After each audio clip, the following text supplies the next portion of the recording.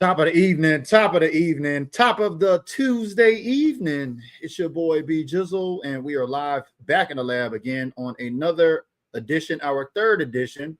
And I say our, my co-host will be joining us soon. He's on location right now. You know, he's an active father in the community, doing things with football and the kids. And so he'll be tapping in here shortly. But West Coast and I, every Tuesday, everything NFL. So come on, come all. We're streaming live on 3 platforms. We're live on Facebook. We're live on LinkedIn and we're live on YouTube. Let's recap a wild week 3 in the NFL. I mean, did you see that intro video?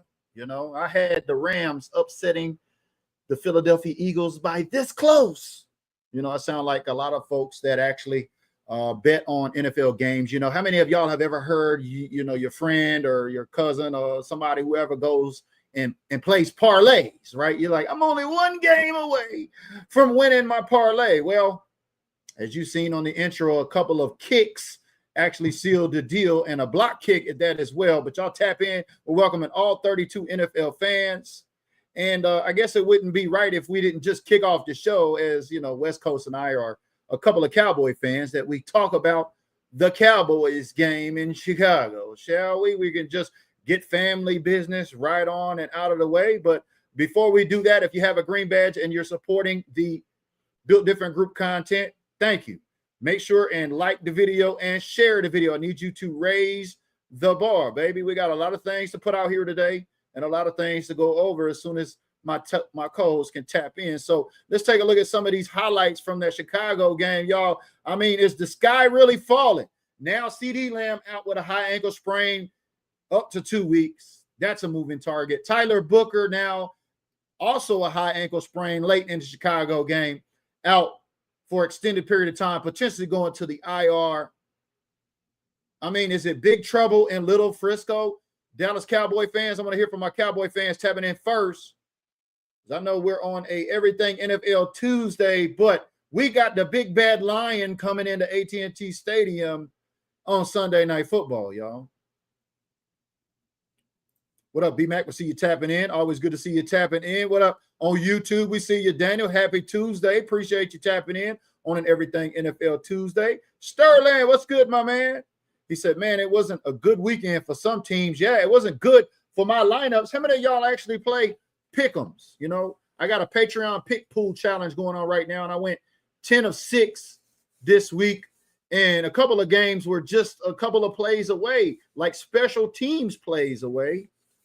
But it wasn't enough to save me because I did have the Dallas Cowboys winning against the Chicago Bears. I think the entire football world, except for maybe Chicago Bears fans, had the Chicago Bears winning. But I don't know. With CD out now, is George Pickens going to be able to pick up the slack? Offensive line already under change. Cooper Beebe already went out. We see Brock Hoffman come in to replace Cooper Beebe. Now we're going to need a replacement for Tyler Booker.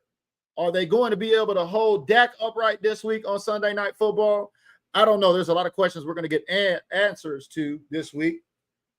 But the Chicago game, I mean, as you see, you know, on the play coming right out, you know, the Javonte Williams fumble kind of set the tone for the rest of the game. I mean, I knew as soon as that fumble came out, if you know my team like I know my team, I was like, well, that's not a good thing. That is a sign of things to come.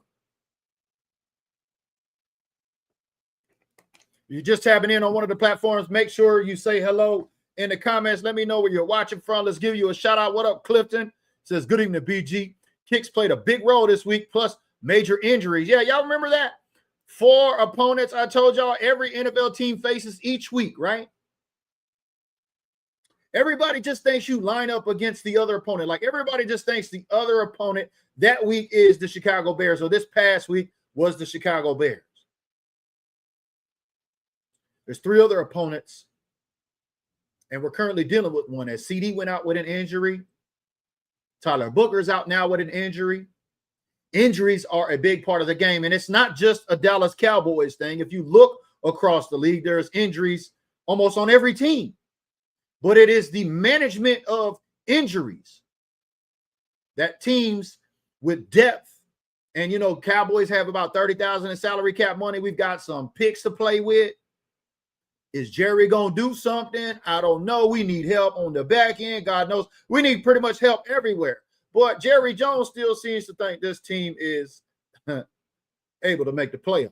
Well, I got bad news for you. I don't see the Cowboys beating the Green Bay Packers at AT&T Stadium this weekend because, oh, by the way, did you know that the Green Bay Packers are undefeated in the regular season and the postseason at AT&T Stadium? The Green Bay Packers are a whopping 6-0 at AT&T Stadium, y'all. That's not good, especially with Micah Parsons coming back in a Green Bay uniform. CD's already been on record saying, I hope he doesn't get in the backfield in 2 seconds. Micah Parsons, according to, I think, Mike Fisher today, was being quoted as, it's going to be painful sacking Dak Prescott. Now, I don't know if he meant more pain on Dak Prescott or if he meant more pain in his heart because he's having to sack his former QB1. But I agree with you, Carmen. We are going to need a miracle. The Cowboys are going to need a miracle. Now, I had the Cowboys winning this week, you know, before the Micah Parsons trade, before, you know, the CD Lamb injury, all of the injuries and everything, and it's still not looking good. But I don't know. Let me just ask y'all this question. What is really worse? Is it worse to lose to the Cleveland Browns or the Chicago Bears? Because Green Bay was the greatest thing since sliced bread. We see some stars coming in. That's one of my star leaders right there. Shout out to my guy, Eric Taylor, with the 88 stars, baby. Throw up the X. You can see the banner rolling across the bottom. If you want to support BDG content, you can do so in 3 ways. That is subscription, stars, and Cash App. But thank you for those stars. Appreciate that, Eric. Another 1,542 stars. Oh, we're going to have to do some changing of the guard here. This was the update as of today, but it looks like now Jay was on top. But after Eric Taylor just dropped those 1,700 or so stars, it looks like that's going to put him in a leader. Shout out to my guy, Eric Taylor, who just put himself in the leader position today for Jason Witten. That's right. We got this Jason Witten autograph jersey with a COA up for grab. So top stars this month, as we're winding down on the 23rd, will receive that Jason Witten jersey as the top stars prize. But yeah, this Chicago Bears game is a flush, y'all. We're on to week 4 now. And like I said, I don't have the Cowboys beating the Green Bay Packers this week, but just imagine for just a hot second, you know, can we just play devil's advocate here this evening, y'all? Imagine if the Cowboys were to beat the Packers on Sunday Night Football. I mean, is it worse to lose to Cleveland or is it worse to lose Chicago? If there's not one thing we learned early in this NFL season is that just when we think we know, we don't know shit. Because if you take a look at the special teams that really fucked up all y'all's parlays this week, I mean, it got me on a couple of my picks, you know, the Rams game.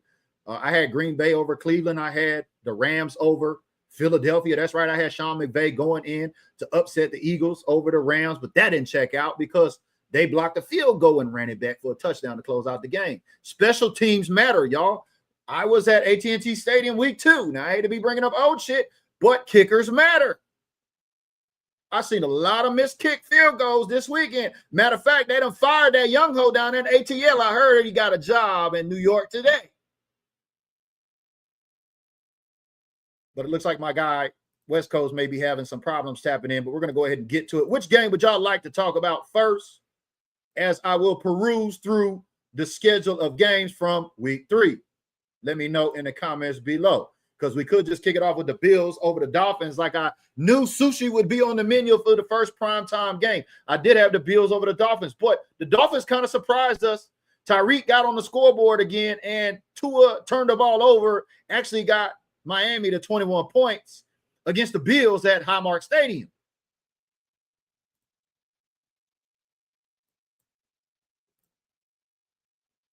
I know James Cook is over there cooking in the backfield. Shout out to my guy, King Sharon. I think he's got him in my fantasy football league. If you got James Cook, you know he's cooking over there. But yeah, I had the Bills over Miami. I knew it was sushi on the menu on Thursday Night Football. And I just knew that Miami didn't have a snowball's hell and chance going into Buffalo and beating the red hot Josh Allen and this Buffalo Bills team, which Cynthia Freeland from NFL Network, oh, by the way, has the Buffalo Bills over the Philadelphia Eagles in her Super Bowl prediction this year. So, yeah, 3-0 teams, 3-0 teams, 3-0 teams. And then with that being said, let me just ask everybody tapping in here right now, which undefeated team strikes you the most? Which one surprises you the most out of these 6 undefeated teams left after week 3? Is it the Buffalo Bills? I pretty much thought they'd be at 3-0. Now, the Colts, on the other hand, with Daniel Jones, that's a whole nother conundrum. The Chargers, I did draft Herbert in one of my leagues, but I didn't see the Chargers coming on that strong. I think for me, the Niners are probably the most surprising 3-0 team still left in the league this week. But let's get to some comments and see which game would y'all like to talk about. I appreciate everybody tapping in here tonight. Normally, I got my guy West Coast on here, but like I said, he's out coaching his daughter at a football game here tonight. So I'm gonna cover the watch here for everybody. Which game would y'all like to go over next as we talk everything NFL here on Tuesdays? Eric says it is worse to lose to the Browns. I agree. But man, Myles Garrett and that Cleveland defense, y'all, they was getting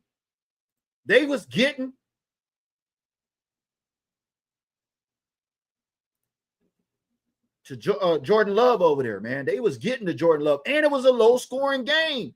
I mean, you got Josh Jacobs, Jordan Love over there. Wasn't a lot of points scored in that game by that Green Bay Packer offense.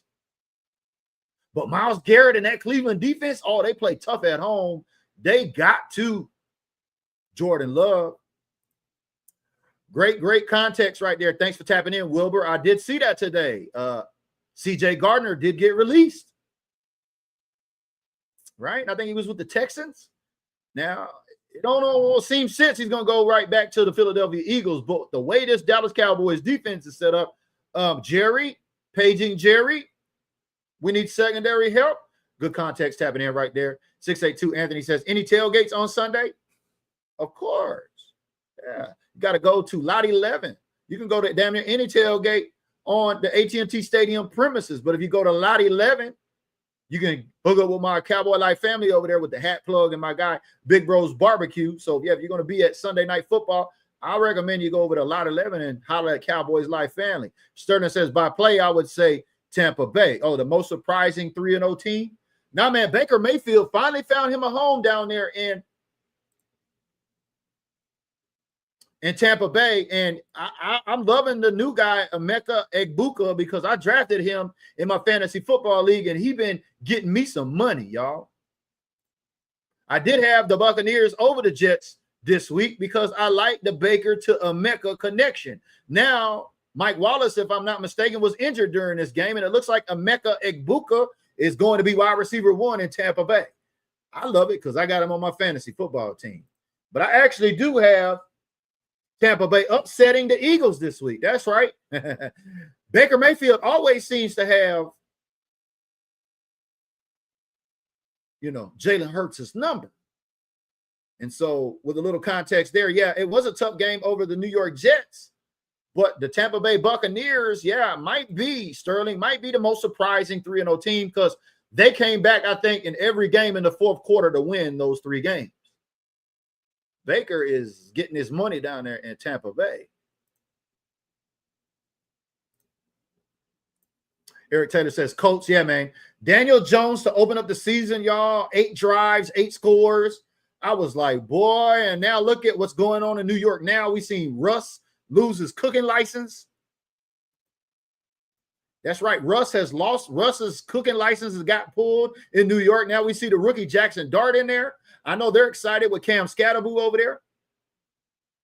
But the Colts, seeing Daniel Jones with the Indianapolis Colts, man, that's probably the most awkward looking thing. At Daniel Jones with the Indianapolis Colts, 3-0.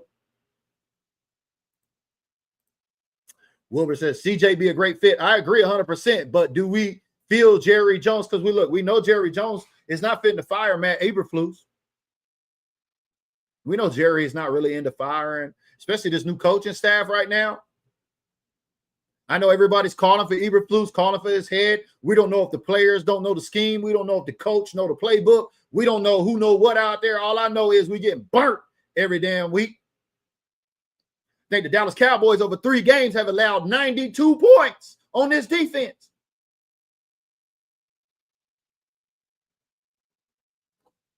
Let's take a look at some other games as we tap in around the NFL. Let me know which games would you like to talk about in the comments below. But yeah, getting over to the Colts and the Titans. Yeah, they walloped the Titans this week, 41-20. I mean, Jonathan Taylor is over there eating. Everybody is eating. The defense is eating over there. I know my guy Kelvin up here in the Pacific Northwest, he's real happy. He actually knocked me off in my fantasy football league this week because I had the Rams upsetting the Eagles, and I benched Hurts and I benched Devontae Smith, and they blew up my damn bench with 50 points. Gotta love it, man. Week to week, it was all good just a week ago. But yeah, man.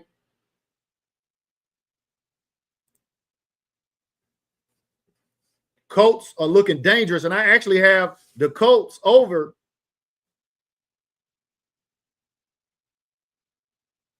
Who they play this? Where's Indianapolis at? Oh, sorry, I don't. Let me take that back. I actually have the Rams over the Colts this week. I think the Rams do bounce back after a close one, thanks to special teams at Lincoln Financial Field. But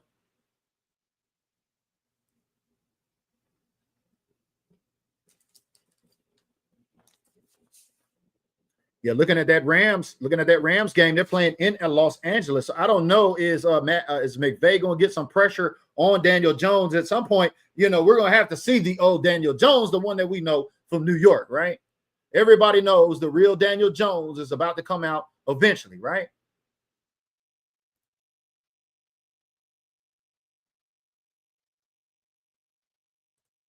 We just tapping in. Do me a favor, leave me a comment down there. We're live on Facebook, LinkedIn, and on YouTube. Leave me a comment down there below. We're talking everything NFL every Tuesday. Normally I have my co-host on me, but like I said, he's in the trenches with his football team right now. So little technical difficulties, but we'll carry the show on. We wanted to make sure we had the show every Tuesday. We'll be back on his platform next week. So make sure you stay tapped in.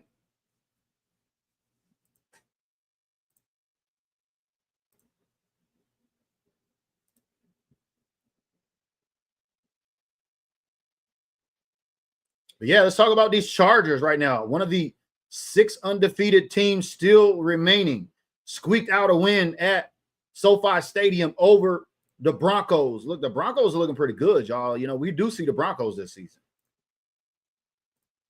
B-Mac says, I'm 3-0 in our fantasy league. G, I know, yeah, you knocked me off in the first week. Shout out to my guy, B-Mac. First time playing fantasy football, and he's 3-0. That's what I'm talking about, baby. Sterling says Houston could have been 3-0 if not for those plays. Look, man, I think Houston is 0-3 right now. Yeah, Houston, I mean, is CJ Stroud not like the biggest flop in the league? But let's get back to Money Herbert, because I did draft Herbert in one of my fantasy football leagues, and Herbert and Ladd McConkey and Quinlan Johnson and all them guys over to Keenan Allen, I mean, they're over there eating in this offense, y'all. 23 points in this game. We'll take a look at the stats real quick for Herbert. Herbert was 28 of 47, 300 yards, 1 TD, an interception. He was sacked 5 times because, like I said, that Broncos got some defense, but the Chargers squeaked that out. Where's my guy, Tomas Carrasco?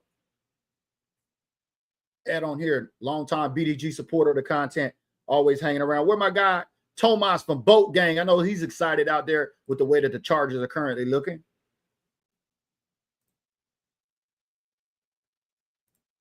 Eric said, it's weird that everything is upside down in the NFL. They're still the Browns, but they have #1 ranked defense. Chiefs are 1-2. I think the Texans are 0-3. Daniel Jones actually knows how to play QB. What the fuck? That's what I love about every NFL season, man. Just when we think we know, we don't know shit.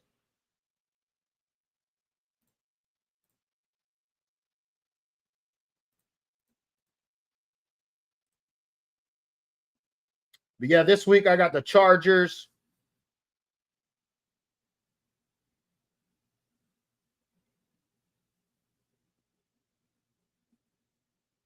I got the Chargers, obviously, over the Giants.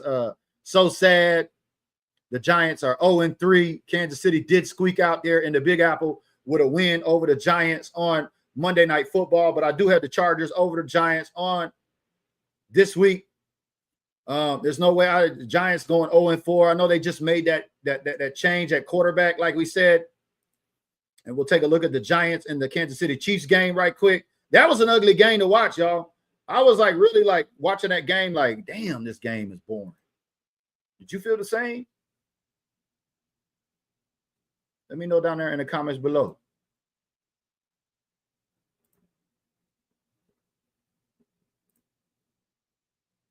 Yeah, 3 field goals after the Giants put up 37 points on the Cowboys. They can only manage 3 field goals against the Kansas City Chiefs.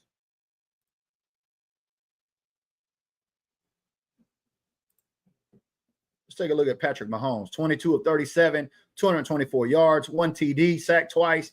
Look, man, Patrick Mahomes without Rashee Rice, without Xavier Worthy. Y'all see there's a lot of bickering going on between Travis Kelce and Andy Reid over there. Like if you drafted Travis Kelce, I feel a little bad for you. It looked like his targets might be getting shaved over there.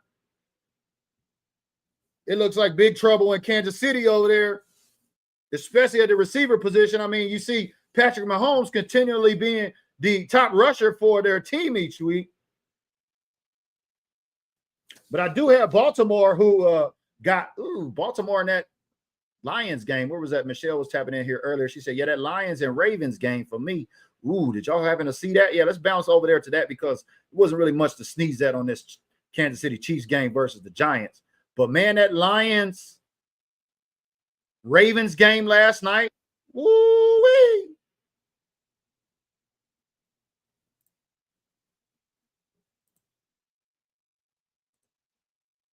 Derrick Henry fumbling the ball in the fourth quarter again, killing me in my fantasy football lineups, a total of 68 points scored. Let's just hear from my guy, West Coast, on what his thoughts was on the Lions and the Ravens last night with 68 points scored and Henry fumbling on the fourth quarter again. You there? I think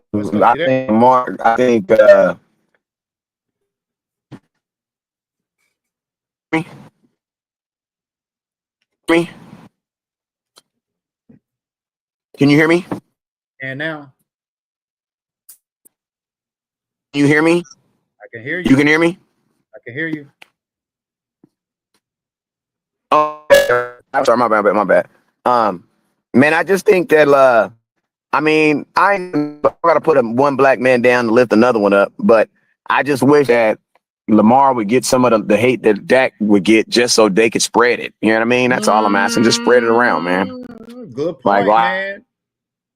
Jackson, listen to me. Lamar Jackson, before the game, was listening to Strilla Baby, which looks like, if you look at the video, it looks like he was somewhere. I mean, for the people who smoke a little marijuana, we know what it looks like when someone's hotboxing something. You know what I mean? That's all I'm saying.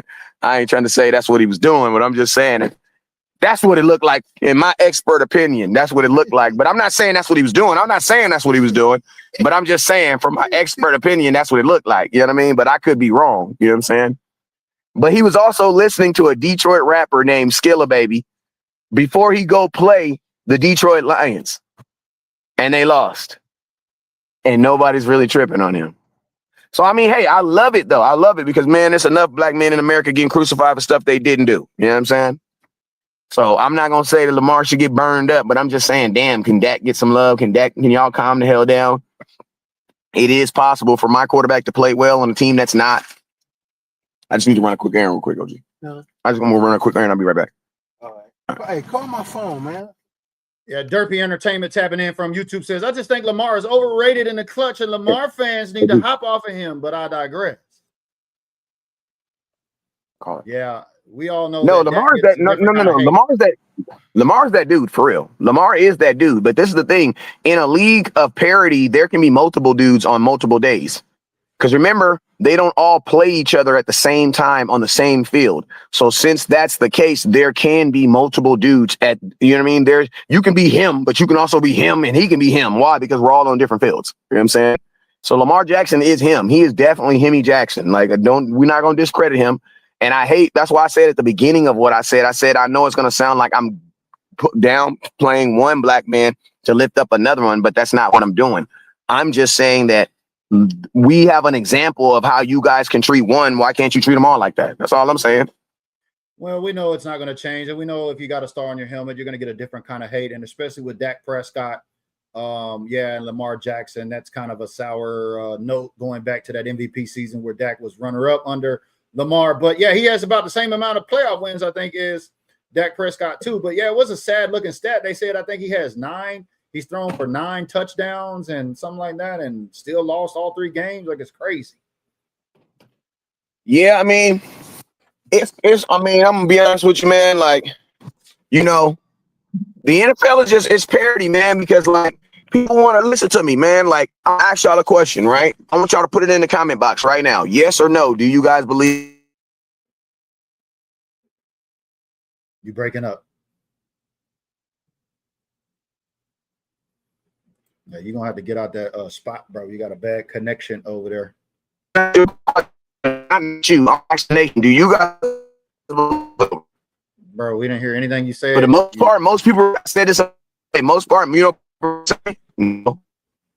What's the record, bro? Your signal, but we didn't hear anything you said. Huh? I said we didn't hear anything you said, man. You're breaking up big time over there. You're gonna need to get to a new. Can you hear me now? Wi-Fi. Yeah, you're gonna need to get to a strong signal or some Wi-Fi, bro. You breaking up more than this Dallas Cowboys secondary. My daughter had a football game scheduled tonight, so they got a lot. Can you hear me now? Yes. What part was that you heard from me? I don't know. You're still breaking up. It's going to be kind of hard to really have a back and forth, so to speak. So which game would you like to go on to next? Let me just ask you this question. The Chiefs and the Ravens this week, who you like after the Chiefs seem to just barely get by the Giants on Monday Night Football? Who you got, the Chiefs or the Ravens, after you say Lamar is Himmy?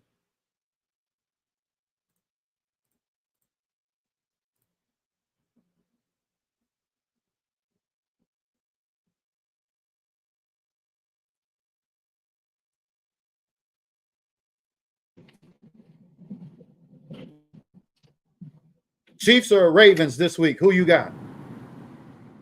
A tie.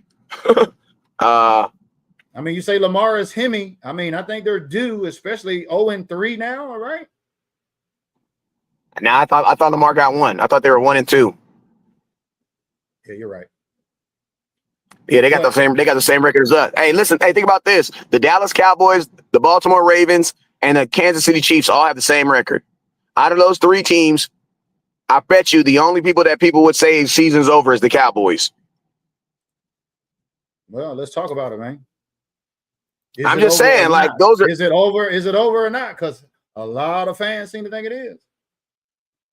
Well, I'm gonna tell you like this. Listen, when your team is 1-2 and you're about to play a team called the Green Bay Packers with a player that used to be on your team that's gonna come in here and rip a new hole in your ass, I think we could pause and kind of focus on what's going on in my house today, and then we can talk about what's going on in your house tomorrow. How about that?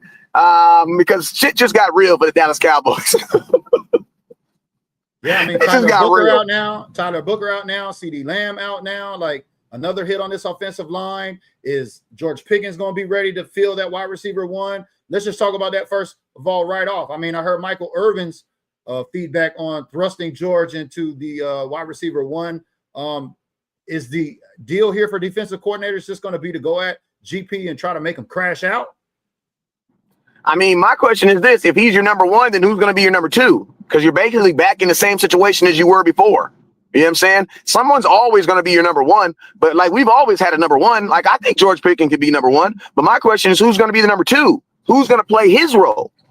You know what I mean? Who's going to play his role? Who's going to be the guy? Because think about this. Yeah, but man, think about this. You were already not confident in their abilities already, or Pickens wouldn't even be here.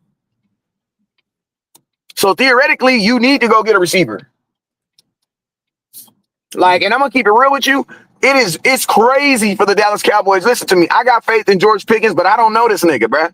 It is crazy to think that the Dallas Cowboys are gonna put that all on him. And you know what's even more crazy? The fact that when CeeDee Lamb went out, George Pickens' targets did not go up. That scares me. Well, he has been targeted 22 times over the 3 games, and now with CD out, it's going to be interesting where Dak places those targets, because last game also Jake Ferguson was targeted 13 times due to the defense giving a lot of that underneath stuff. But see, that's what I'm saying. But see, that's what I'm saying, Jeezy. Listen to me. If you're a number 1 receiver, I don't want to hear that shit, bro. I don't want to hear that. You don't like, what are you talking about, bro? I don't want to hear nothing about no double coverage. I don't want to hear nothing about no, this is what the defense gave me. I don't want to hear none of that shit, bro. When you're a number 1 receiver, you're that dude. You can beat all that. You can make room to prevail through that. That's why they're paying you $30 million. Motherfuckers be thinking that, listen to me. When you get paid that type of money, you're getting paid because they feel that you can do that. And guess what? Pickens don't make that type of money. So yes, they're gonna put him in. They're gonna put him in that number 1 position. But my question is, man, he was Pickens in a number 1 receiver position in Pittsburgh, and it didn't matriculate into what they thought was something worth paying for. Let me ask you this question. Go ahead. My only hope is with Dak, it looks better. I was talking long, but that's what I was basically saying. That with Dak, I hope it's better.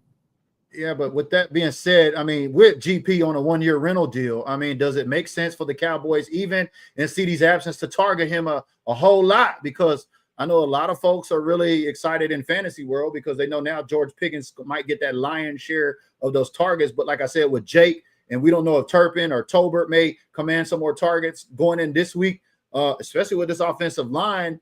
Before we even get there, do you think this running game is going to be able to get established with Javonte Williams against Micah Parsons and the Packers? Well, to answer your first question about GP, man, I'm gonna tell you like this: it's gonna be a hope and see, man. I hope he does. The Cowboy fan in me says that they should do it. The business, because Jerry Jones is my great uncle, and I've known this dude like 42 years of my life, so I kind of understand how he responds and what he thinks. He ain't doing shit, bro. I'm just honest with you. I'm just being honest with you. Now, I'm praying that my fandom take for my realistic person that's inside of me. But honestly, when it comes to Jerry Jones, I always lean toward realism, and realism is where he's not gonna do nothing. But and it makes sense because that's what football teams do. Yes, bro. I promise you right now, if AJ Brown ain't even getting the ball like that. But I promise you, if AJ Brown was to get hurt, off the fact of him being hurt, they would go get somebody.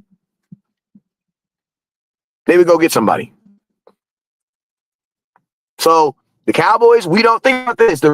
It's not gonna happen because, bro, you lost Mike Parsons and you didn't replace him until 2 days. Well, according to StatMuse, we'll take a look at the most targeted wide receivers after 3 weeks. Chris Olave leads the pack with 37. Let's take a look at where the Cowboys are at. CeeDee Lamb was there. He's currently 18th with 24 targets. And then George Pickens ranked 24th at 22 targets. So 24 to CeeDee, 22 to George.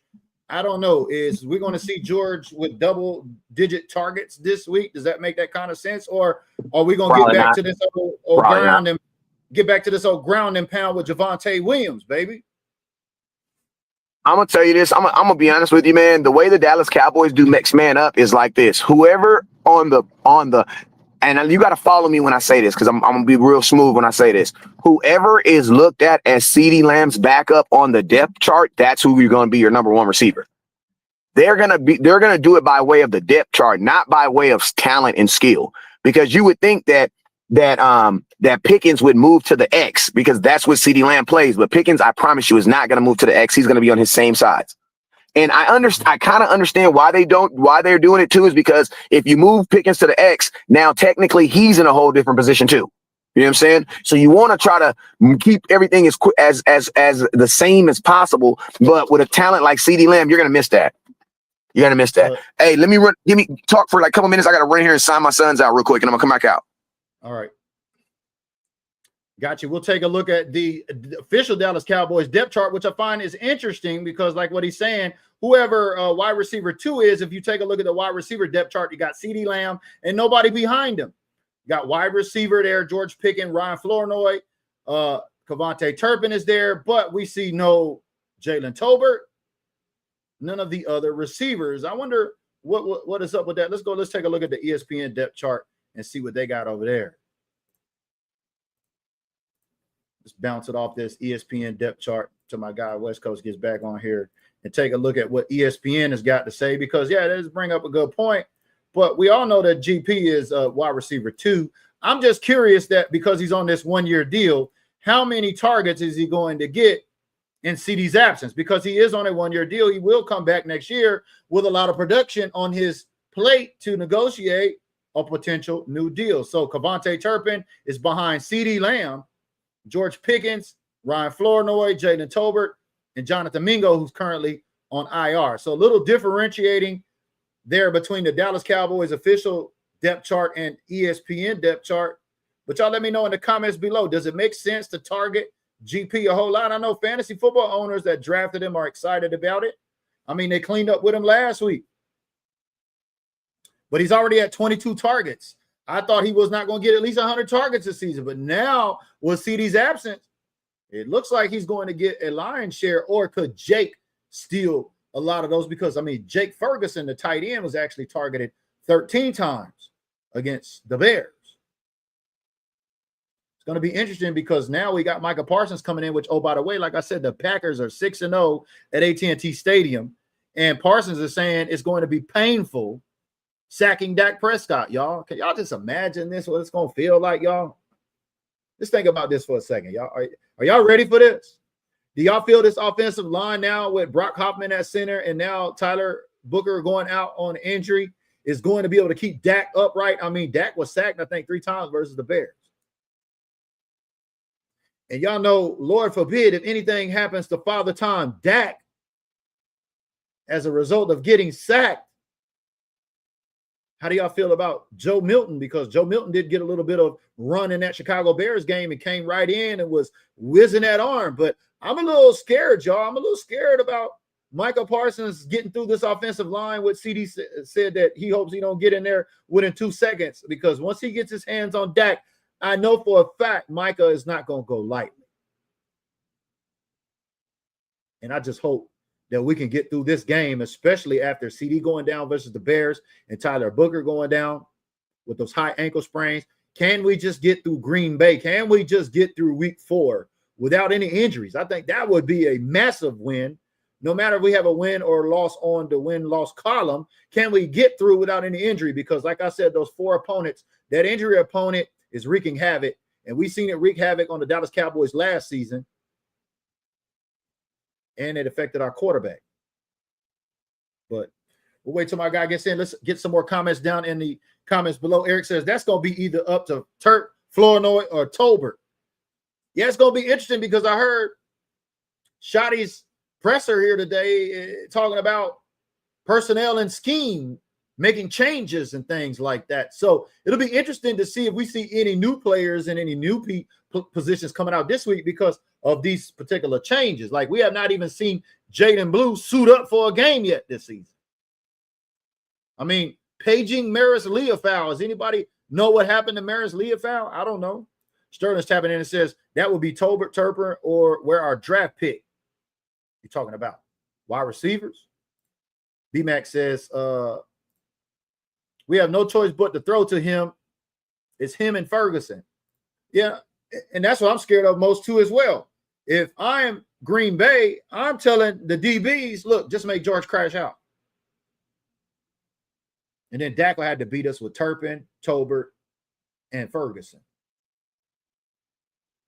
Let's just get George to crash out. I hope CD on the sidelines can really become a mentor during this opportunity, because like what Michael Irvin had said, let me just go grab that clip and y'all can listen to what Playmaker had to say about that, because he could tell you better than I could tell you. As we wait on my guy West Coast to get back in here, we'll listen to what Playmaker has to say about GP being thrust into the position.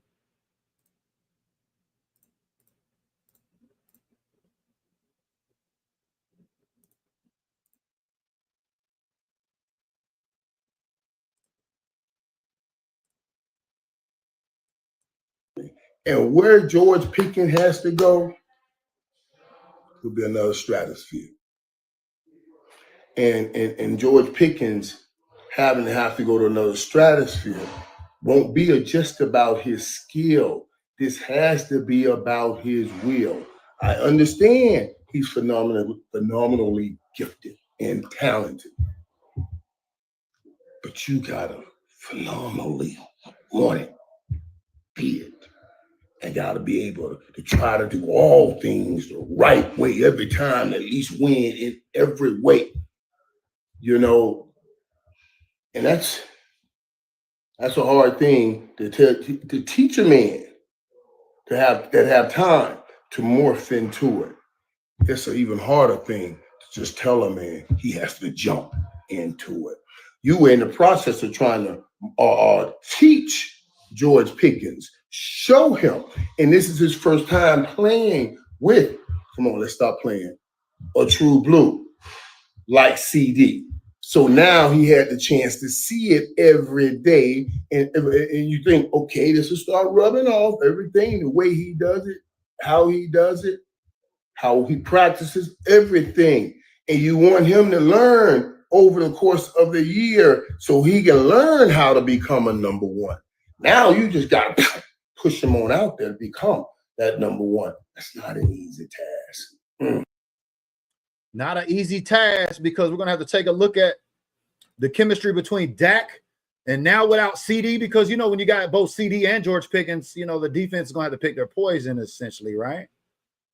But now you could double George Pickens' side, or maybe send a DB after him to make him crash out, make Dak try to beat you with these other folks, or maybe we'll see more of this running the damn football, as my guy West Coast likes to always talk about. But yeah, I mean, Javonte Williams has been the only steadfast thing when it comes to this offense. Now, granted, Dak is, I think, in the top 5 of the league right now in passing with 800 yards. But Javonte Williams is getting it done on the ground. 3 rushing TDs, 227 yards, 43 carries. But he did drop the baby against Chicago, which, again, like I was talking about, Derrick Henry fumbling. Anytime you turn the ball over, especially the way he got the baby took out of his arms, they're going to have to work on protecting the ball a little bit more. But it's going to be interesting now to see. We're going to come back here next week and revisit this conversation on how many targets did George get, how did the passing game with the Cowboys look, and all of that above. But we didn't mean to get off on the Cowboys on a tangent. But if there's any other games that y'all would like to talk about in the comments, leave a comment down there below. We'll get to NFL.com back up and we'll go through any of those games. Do we have any other NFL fans tapping in here tonight from the other 31 fan bases? Let us know. If you can keep it football here with us in the comments, we can all coexist every here Tuesday. We want to invite all 32 NFL fans to join us as this show continues to grow. Eric says CD is going to be a mentor, though. He's already put it out in the media that he has no worry in GP and they're basically equals. I thank you. Great context, Eric. You're paying attention, because that's where I was headed before that Michael Irvin interview was CD is going to have to be a big mentor now more than ever. He's going to have to constantly be in GP's ear, going over adjustments, what they seen, what he did, what he didn't do, what he liked he did, what he needs to not do, and also keeping him stable so DBs won't make George crash out, because there's been a couple of instances with George in this season where we seen he could have crashed out. But we all know George has the ability to crash out, and I don't want to see crash out George. Don't get me wrong. I don't want to see him crash out in Dallas, but it's now going to be focused on Tolbert if you're the Green Bay defensive coordinator and trying to stop this run. I think Micah's just going to have permission to probably roam around this defense. Y'all let me know down in the comments below. Is Micah's sack total going up on Dak Prescott this week? I think it is. I think he's going to get to Dak at least twice. I do. Clifton says we need superior hands from all receivers in week 5. Yeah, including George, because George did have one go off his hands against that Bears game that resulted in an interception. Again, CD and that mentorship being in George's ear this week. It's going to be very interesting to see how the Cowboys game plan comes out, especially after Shotty talking about personnel changes and making those changes and things like that for players not doing their job or maybe that can do their job better. But these injuries now with Booker and CeeDee Lamb, they keep coming. But I will tell you this, we can't cry about injuries. Injuries are going to hit every NFL team out there. It's just how can the Cowboys manage our injuries with the depth that we got, and can we get some quality play out of that depth? Example, George Pickens. That's why we went out and got him this offseason, because we've seen Jerry not go after a wide receiver like a Matthew Golden, who this secondary is getting ready to see. I know my guy West Coast said we might need to go get a receiver, but let me know, where is the biggest need on this Cowboys team right now with about $30 million in salary cap money and some spare picks to change? What is the biggest position of need for the Cowboys? I would probably think on the defensive side of the ball, but let's talk about it in the comments below. Which position do the Cowboys need to try to go out and get the most? Because if nobody steps up this week, it's going to be bigger trouble in Little Frisco. Sterling says some of our fans want us to use those picks and a running back and other needs. I mean, at this point, now we're hearing Jerry Jones was saying today DaRon Bland potentially could be back versus the Packers this week. We did see Trayvon Diggs make some tackles and go out, look like with a little shoulder injury, and then he got flamed by Bubba Dub this week because, you know, Bubba Dub is on Trayvon Diggs' ass, literally. But I don't know if DaRon Bland is going to help or not. But let me ask my guy West Coast, where do you think the biggest need on this Cowboys team is right now if Jerry wants to spend some money and trade some picks? Right now, the biggest need that you would say right now, man, and this is probably going to come out of left field, but you probably need to go find an offensive lineman that can play left tackle, guard, and center, because, bro, you're taking hits all across the offensive line. And listen to me, no matter what I say, everything I say is hinged on the fact that Ford is still throwing the ball. You know what I mean? That's really the main thing that we have going for us right now. So it's a thing called protect. You know, sometimes you have to strengthen your strength.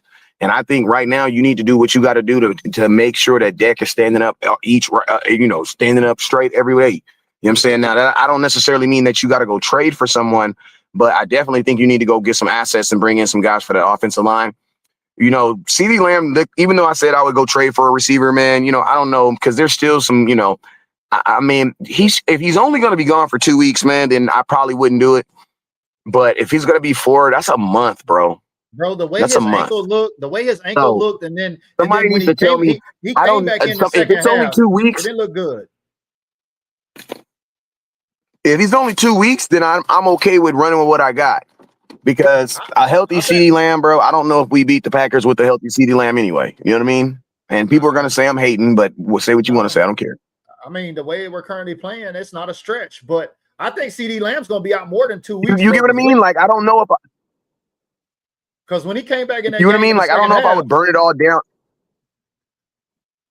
Say it again. Now, I was saying when CD came back in that second half after he tried to come back in and play, it was no bueno, man. I think it's going to be more than 2 weeks because the way he was limping on that thing, that didn't look like he may have been ready, because I know in his post-game interview he said that he was ready to go back, but the Cowboys were protecting him from himself by keeping him off the field.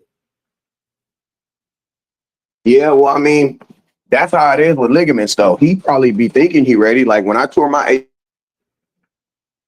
I got surgery, like maybe 4 days later, bro, I was up walking around, moving around, thinking I was ready to go. Now, obviously, CeeDee Lamb didn't have as strong as the injury as I did, but like I'm pretty sure before CeeDee Lamb ran down remember that route that he ran down and he was like, I can't go. I'm pretty sure before he ran that route in his mind, he was telling himself, I'm good.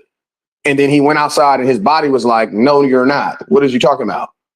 So it's like, you got to remember too, like, I mean, I know, you know this, but it's like your adrenaline be pumping, bro. Like when I tore my ACL and my MCL, I literally played 3 more plays on my torn ACL because I had the adrenaline and everything flowing. I actually got an interception with a torn ACL. I tore my ACL and my MCL on 2 plays before that. And like, literally I heard it crunch. They wrapped it up really, really tight. I got back in press coverage in their end zone. I intercepted the pass. I tried to take off running. My leg gave down. I looked like RG3. That was the last time I played football. That was the last play I played football. Well, And I'm gonna tell you, bro. Like I'm gonna tell you, like when I went into that game, I honestly thought I knew it was hurt. I knew something was hurt, but I wasn't thinking it was to the severity of like my ACL, my MCL's torn. Like I was not. So does your change for the Cowboys need for a wide receiver if CeeDee Lamb is extended out multiple weeks, like 4 to 5 weeks, like Eric Taylor is thinking? I mean, it could be worse than Well, my question, we're hearing. Jeezy, my question to you is: are you asking me make changes to get through Green Bay Packers or get through the season? Because this two different. Yeah, because if we're gonna find out later this week if CD's gonna be able to go or not, and maybe what that window might look like. But I mean, this need could change from cornerback. I don't know. Deron Bland is potentially maybe coming back this week. Some reports that we're hearing, but trying to figure out because we need a lot of help in a lot of positions. Yeah, you do, but man, it's like which one? Yeah, but I think unfortunately, I think the Lord has already set in stone what's going to happen with this Green Bay game. I just think we all need to just pray, keep our head down, and keep on moving, and hope Jerry Jones get us out this like he always do. Nah, that's from Snowfall. We ain't got my boy running the nation. We got Jerry Jones, and he don't always get us out like he always do. So, listen. One thing I will say is, Green Bay is. I think Green Bay's going. And Green Bay might get out of hand, but it's going to look real good after that because we play some teams that I think Cowboys can kind of get themselves better in position. So this Green Bay game is going to be kind of weird. Unless we get a Pickens, Pickens, like, bro, this is like if you're George Pickens, you hate it for CeeDee Lamb, but you love it for yourself, bro. Like you love it for yourself. You know what I'm saying? But at the same time, if George doesn't get the opportunities, then he's not going to be able to show that he can do it. And then my question is this: if George don't get opportunities, does he start throwing his helmet on the sidelines like he was doing in the last game? Because that's something we don't talk about, bro. We all love George Pickens, but we know he is a crash out. That's what I was saying earlier while you weren't here. It just makes sense to try to crash out George and then make Cowboys. No, I'm saying a crash out in a bad. I'm saying a crash out in a bad way, Jeezy. I'm talking about bad way. I'm talking about if he don't get the ball, he gonna be pissed on the sideline, bro. That's what I'm saying. Like he's gonna be taken out of the game, crashed out, and then you're gonna make Dak one-dimensional essentially with this run game. Even though if you take a look at the numbers, I mean, Dak is top 5 in the league right now. It looks like he's probably going to break Tony Romo's reception record this weekend, which a lot of fans, I don't want to hear about that. Them stats don't matter, nothing like that. But, I mean, Dak right now, 800 yards is the 4th best quarterback when it comes to passing in the league this season. I mean, statistically, Dak is the best Dallas Cowboy quarterback ever without a ring. Like, what are you talking about? Statistically, that right now, as of what is today's date? As of today's date, Dak Prescott statistically is the best Dallas Cowboy quarterback to ever play the sport, and that's with or without a ring. That's just a fact. I think he needed like 29 receptions last game going in. I don't think he got that. I think he's going to clean up that on this to break Tony Romo's all-time receptions record leader for the Cowboys to be the top Cowboy in that department. But I just think that's interesting. It's going to be interesting to see what kind of game plan shot he's going to come up with. Because like looking at that Cleveland game and Green Bay game, I mean, does that give us hope that Joe Flacco beat the Green Bay Packers? Or was it more of the Cleveland defense that beat the Green Bay Packers? I mean, on any given Sunday, the Miami Dolphins will tell you that on any given Sunday, there is at least one game that you're going to lose. I mean, the New England Patriots, you know what I'm saying? The New England Patriots, when they went to, in 2018, when they went, 18-0, I mean, to lose in the Super Bowl, they will tell you that there's at least one game that every undefeated team is going to lose. And you just don't hope it's the last one. You know what I mean? But so it doesn't surprise me. You know what I mean? Just like the Eagles, everybody's saying the Eagles are the best team in football. You want to know why? Because the end result is that they're getting wins. But if you look at the Eagles, bro, the Eagles are struggling too, bro. Everybody is struggling right now. I'm just being honest with you. Everybody is struggling. Everybody is struggling. Anything about this, Jeezy? Go ahead. Yeah, I'm about to say, Jerry don't seem to think we're struggling. Let's get this soundbite right quick, and then you can finish your thoughts. Here's what Jerry seemed to think about this team after 3 weeks. The Cowboys? Yes. I have to tell you, yes. And that's because you saw number 4 out there today. And you saw what I think we're capable of doing in the running game and that type of deal. So, yes, I fully agree. Now, we've got to, as we evolve toward the playoffs, we've got to get better defensively, certainly.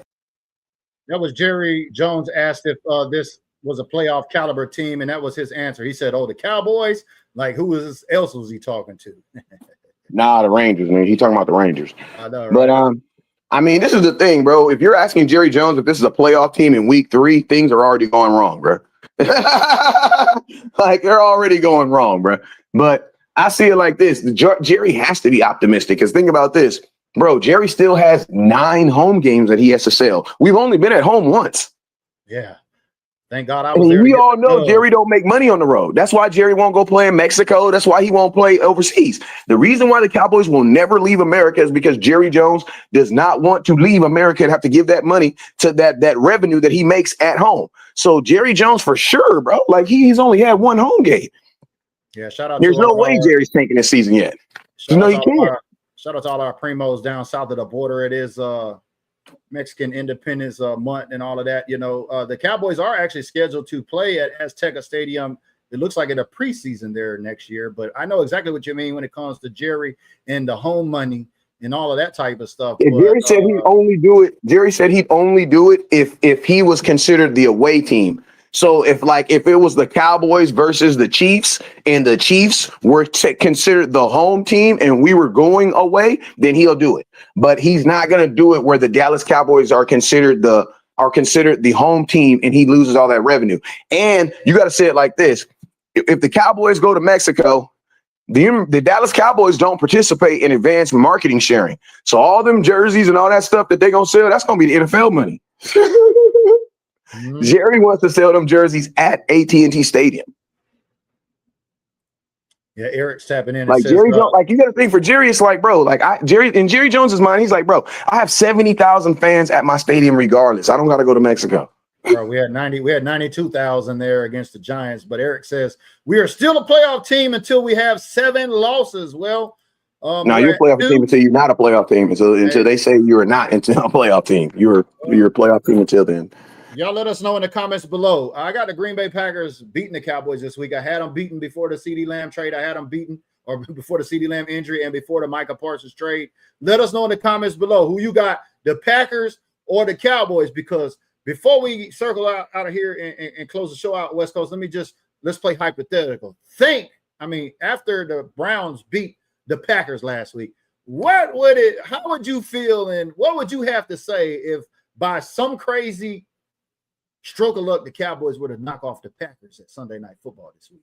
I hope y'all motherfuckers put it on your ticket. That's the only thing I'm gonna say. That's all I'm gonna say. If you believe it, you better put some motherfucking money behind it. That's all I'm gonna say. You talking about a parlay? You talking about a parlay?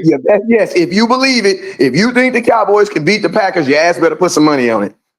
You better put some money on it. To be honest with you, you might win just off that straight up bet. Yeah, because nobody I think had I had to look twice at it. Cleveland. Bro, I think we're like an 8-point underdog, bro, at home. Who you talking about? Nobody has us having a chance this week, bro. So the Cowboys and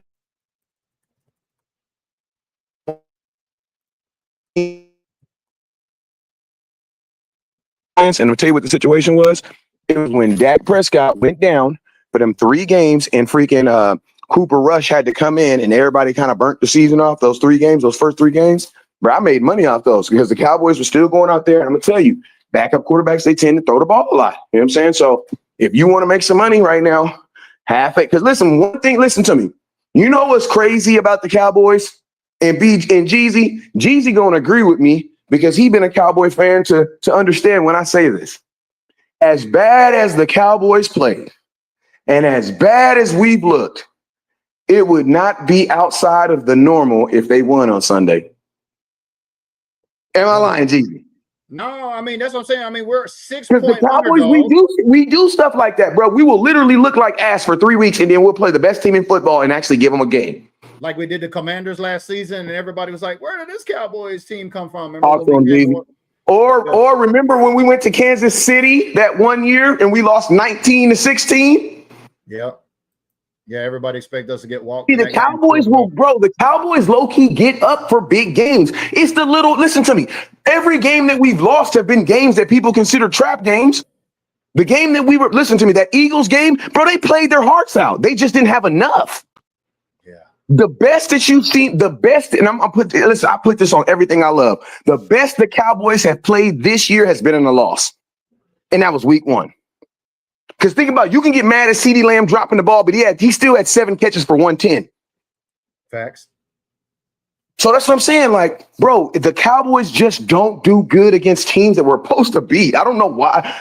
It's like a high school team, bro. We play down to the competition, but then when we play in Jesus Christ and 11 angels, bro, we look like gods. That's why I'm saying, bro, this week I would not be surprised if these motherfuckers really turned up this week. I would not be surprised. Because that's what the Cowboys do, bro. Well, like, remember that year? Remember that? Hey, another example. Remember that year the Saints was undefeated and they came into Dallas with that 36-point offense? Who beat them first? The Dallas Cowboys. Oh, and we had 4 wins that whole season. Crazier things have happened, dog. And I know you've seen it this week too. The games that were decided by special teams, a blocked field goal, made field goals, all that type of stuff. Special teams is winning. In case you didn't know, there's 3 phases of the game: offense, defense, and I think everybody got a big reminder of special teams, because not only did it fuck up a bunch of parlays, it got me on a couple of my picks too as well. But that's what I always try to anticipate going into every week, is what kind of crazy scenario is going to happen. And I just keep asking myself, what if the Cowboys win? And we got to hear the media eat crow on Micah Parsons supposed to come in and. Hey, I'm gonna tell you this. Listen to me. I'm gonna tell you this. If I'm Vegas, I'm playing this exactly how I put all your money on the Packers, and then the fucking Cowboys win. That's what Vegas does, bro.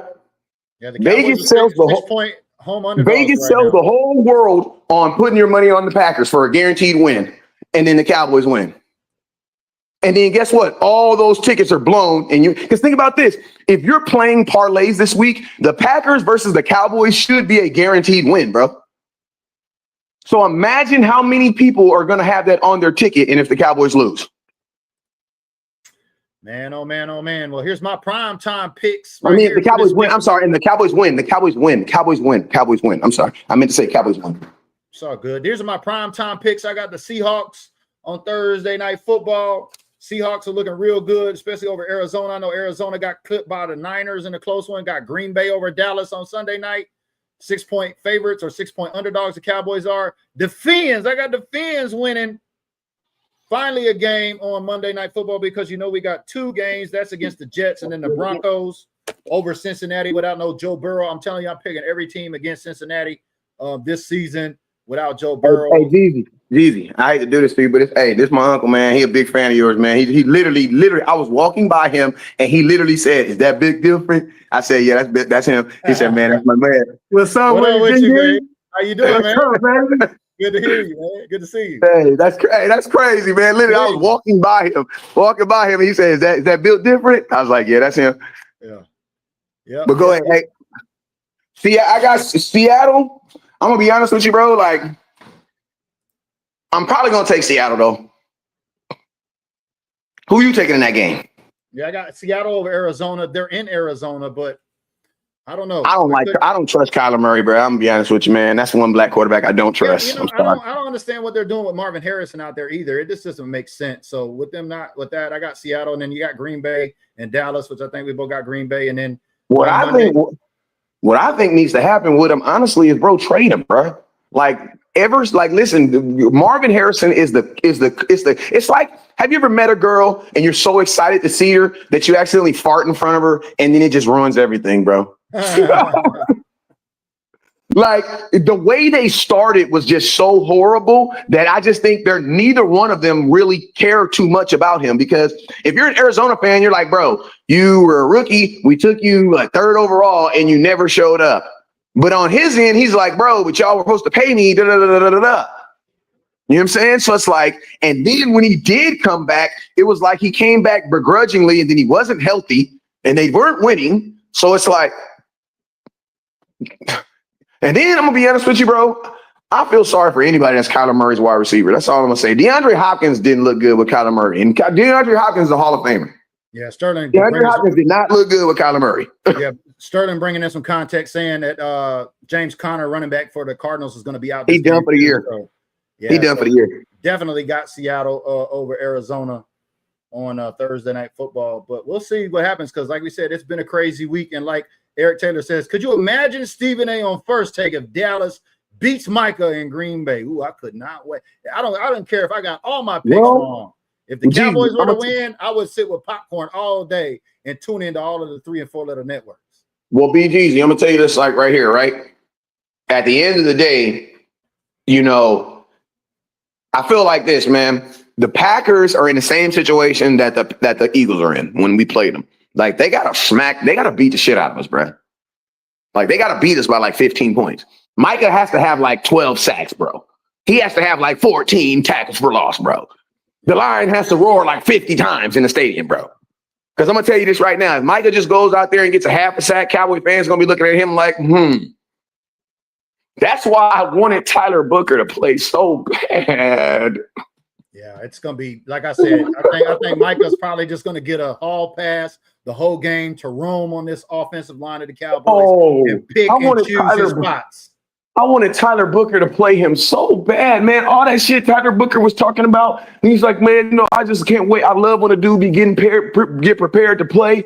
And, you know, they be all excited to play. And then they got a lineup in front of me and I just take their heart. I wanted to see him play Michael so bad, bro. Like, I wanted to see, bro. That is a huge blow for us, bro. That is a huge blow, bro. It could be like a perfect trap game for the sports book. Like you say, everybody may run and put their money on Green Bay, and then Cowboys. Yeah, but think about this though. But think about this, Jeezy. If they lose, they on a 2-game losing streak. So now they in trouble. It's like it's crazy how you see how quickly the world changes in 1 week, bro. It was all good just a week ago. Because if the Packers lose, they're now on a 2-game losing streak. Yeah, I know. And the Eagles, and think about this, the best team in football, the Eagles have won 2 games on the final play of the game. And one had to block a 350-pound defensive tackle, had to block the ball and run it 90 yards. How often do you think that's going to happen in football? Well, it happened twice on the same day. It's a game of inches and one plays, apparently, because one play away could cost you a game. And that's the difference between a lot of these undefeated teams. As you see, I put up here on the board, there's 6 undefeated teams left. Which one of these teams are most surprisingly undefeated to you out of the Bills, Colts, Chargers? I mean, I'm gonna keep it real. The Colts and the Chargers. The Chargers are not. I'm not surprised because I knew Harbaugh was a good coach, and the running back, the little rookie that they drafted from North Carolina. I said he was going to be the offensive rookie of the year this year because they were going to use him like Austin Eckler as a running back and a catching back, and that's exactly what they're doing. So the Chargers don't surprise me. The Chargers don't surprise me. You're talking about the running back they drafted? Yeah, because you got to listen to me. Listen, the Chargers. You talking about Mario Hampton? Yes, the Chargers brought in Harbaugh to beat the Chiefs. And think about this. They don't even have to really beat the Chiefs like that no more. Because the Chiefs are getting beat by everybody. Yeah, and I just heard talking about the Chargers. I mean, Najee Harris, I think, is out too now. It looks like Mario Hampton going to get a lot of that run in that backfield over there. That's what they wanted. Najee Harris should have had a freaking Dallas Cowboys star in his fucking head, bro. Cowboys are dumb as hell. He would have been a perfect backup running back. I know he's hurt right now, so fans are gonna be like, oh, but he would have been a perfect backup running back. Yeah. Miles Sanders is not it, bro. Oh. He's not it. Like Miles Sanders is not it, bro. He looks slow, bro. Like he looks, and I'm gonna be honest with you, I like Javonte Williams, but he really not it either. He is it because like he has to be it. But I want to upgrade on him too. Because, bro, like everybody's like, yeah, but he was doing so good and then he had to fumble. Yeah, until he added in that fumble. And guess what? That cost us, man. That's the difference between being that dude and just kind of like pretending to be the dude. Yeah.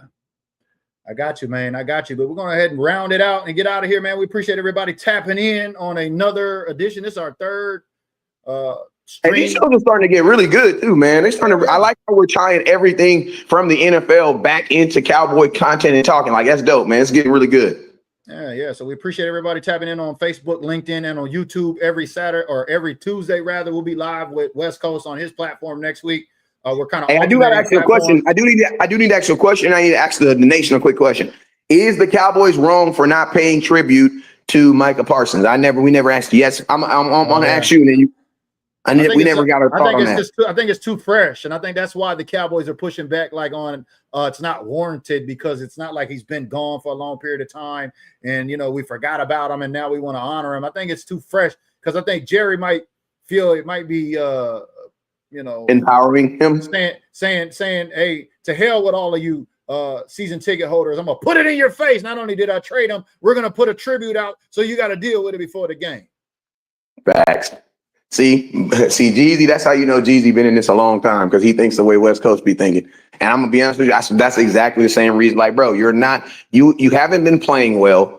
Your season ticket holders are finally getting to come home to see a game, and unfortunately, they have to see the player that you traded. No, we're not gonna do a tribute of our mistake, and there's a really high chance that he'll have a good game and we'll lose. No. We're not gonna, bro. Do you know how big of a meme the Dallas Cowboys would be if they were saying thank you, Micah Parsons, and this motherfucker goes out there and has 3 sacks against us? Bro, I'm scared for the fans, because us fans are also liable to become a meme too, especially with the Packers. It's just gonna look weird with him in a uniform there in the Green Bay, and then now knowing that AT&T Stadium, the Packers are undefeated. The Cowboys have never beat the Packers at AT&T Stadium. They're 6-0. And think about all the corny Cowboy fans that's gonna show up with fucking Micah Parsons Green Bay Packer jerseys talking about, oh, I've been a fan and I'm still a Cowboy fan. No, you're not, bro. No, you're not. No, you're not. They say you're not. Let this be straight. No, you're not. This is not the same as you wearing a Zeke Ohio State jersey. You wear a whole nother NFL team, you're not a Cowboy fan. I'm letting you know that right now. There is no exceptions, dog. There's no exceptions. I don't give a damn. Micah, you've been a Cowboy fan for 30 years. You only know the Micah Parsons for 4. Get the hell out of here, bro. No, you're not. If I see a Cowboy fan bumping Mike, I don't want to hear it. You're not a fan, because he is going to try to tear a hole in our ass on Sunday. I'm a Fanatics affiliate and a Pro Shop affiliate, and I was browsing around in it today. I seen some jerseys for like under $20 for Micah Parsons. I was like, damn. But you're right. There are gonna be a lot of fans that's gonna show up with Micah Parsons jerseys. But I think, and I'm talking about, and listen to me, I'm talking about Cowboy jerseys too, fool. I'm talking about Cowboy jerseys too. Yeah. And Sharice, his mom, was there at the tailgate at the AT&T Stadium there for the Giants game. She was at the Eagles game with her Cowboys gear. I see Terrence, his father, they're doing some tailgating and some game experience things with the game this week too as well with the Green Bay Packers. So. Whoa. Hey, I got a good poll question that you need to put on the nation. I think it'll be a good video and results. Is it okay for Dallas Cowboys to wear a Micah Parsons jersey this Sunday? I want to know if the nation believes it's okay or not. That's a good question, because listen to me. Micah Parsons had like the number 2, number 3 best-selling. Man, are you serious? I'm gonna show you something right now, bro. I'm up here talking about jerseys. Let me show you something real quick. You want me to pull up You want me to pull up the jersey sales? Yeah, but I'm just saying, there's a lot of Dallas Cowboy fans with Micah Parsons jerseys that can't wear them. Look at this. 11. Oh, don't forget about the babies. 11. Bro, I got boxes of them, dog. Damn. I got boxes of them. Yeah, here's the. I got at least 20 Micah Parsons jerseys and at least 10 Eric Kendricks jerseys. Here's the 2024 top 50 list. Micah Parsons at number 9 with a Cowboys jersey right there. So think about this, bro. So think about how many Cowboy fans have Micah Parsons jerseys, bro. I'm with you, man. I think it's a great question. I'm gonna have to put something together. Y'all let us know in the comments below as we get ready to get out of here. And then ask them, if you don't want to wear your Micah Parsons jersey, what can you do with it? Because I know fans ain't gonna want to cut them up. Because the only number 11 we had that you could take the nameplate off is Roy Williams, and he ain't worth putting on the back of your. Cole Beasley, Danny White, turn those Micah Parsons jerseys into Danny White jerseys. Yeah, or Cole. Hey, that's a good question and debate for the nation, because at the 9th half selling, that means there's a lot of Cowboy fans who are going to have Micah Parsons jerseys that are going to be in closets or in trash cans. So what are you going to do? We could turn them into Danny White jerseys, or you could turn them into I think Danny White would be the best. Maybe, because you know how emotional Cowboy fans like to burn jerseys. Maybe the Cowboys knock off the Packers this week and we see all the Micah Parsons Cowboys jerseys getting burnt up. But Jeezy, can I ask you a question though? Yeah. And this is West Coast asking a heart-to-heart question. Go ahead. Should we really be mad at Micah though? No, I'm not. It's a business. Yeah, but it's like, if as a who should you father, be? if I'm a father and that was my son, I'm like, bro, go get 188 million. Can I get like a 30 million loan when that shit go through? Yeah, we're gonna Yeah, but it's like, we're gonna rep them Packers, baby. And then my question is, do we honestly believe that Micah didn't want to be here? I believe he did, bro. I think it was Jerry. Jerry got rid of that problem before it became a bigger problem for him because he was already doing. Not saying that Micah was a problem though, but I remember what Beat Jeezy just said before he came a problem for him. Yeah. Yeah, he thought he could handle it and finagle it with the agent and the player, and it backfired on him. And then a lot of the information we didn't get till after the fact leaked out, and Michael was caught between a rock and a hard place. And I think seeing him lay down on the table and all of that behavior was just him acting out to let everybody know this shit ain't right. So then would we be so then would you be wrong in burning? That's why I'm saying. So then I would almost, because bro, I was gonna do this video, right? I saved all these jerseys where I was literally gonna do a video where I threw them all away and made a big old scene out of it. But then I started thinking, like, I watched Micah Parsons interviews and read some stuff from his agent, and I'm like, bro, this is a dude that wanted to do a deal with the Cowboys. It's easier for me to believe that Jerry Jones said, no, I don't want to dig a deal with you, than it is for Micah Parsons to be like, no, I don't want to be here. Like, I'm sorry, I'm sorry, but that's one thing I will say. I believe Micah more than Jerry because I know Jerry. So I can't believe that Jerry did that because I know Jerry. I know him, and I know Steven. We'll have to circle back here next Tuesday, big dog, and talk about the results of the Packers and the Cowboys and all of the slate of games coming out week 4. Those are two good poll questions. What do you do with Micah Parsons being the 9th sold jersey in all of the NFL last year? That means a lot of people have Dallas Cowboy jerseys with Micah Parsons. Who are you? What would you do with him? Would you trade him for a Danny Wright? And then secondly, do you think it's right to should you be upset or mad at Micah Parsons? You know what I'm saying? He's going to be mad and upset against us. You know what I'm saying? This is the last thing I'm going to say. And I hope Micah Parsons see this. Micah, whatever you do on Sunday, do it with class. Do it with class. I heard that. And that's ended on a great note. His name's West Coast. I'm BG. This is Everything NFL every Tuesday. We like to do it with class, man. We'll see y'all here back next week. Oh, you guys know what it is. Never look down because the star's up. Peace. Turn out the lights. The party's over. They say that all good things must end. Call it a night. The party's over. And tomorrow and next year starts the same old thing again.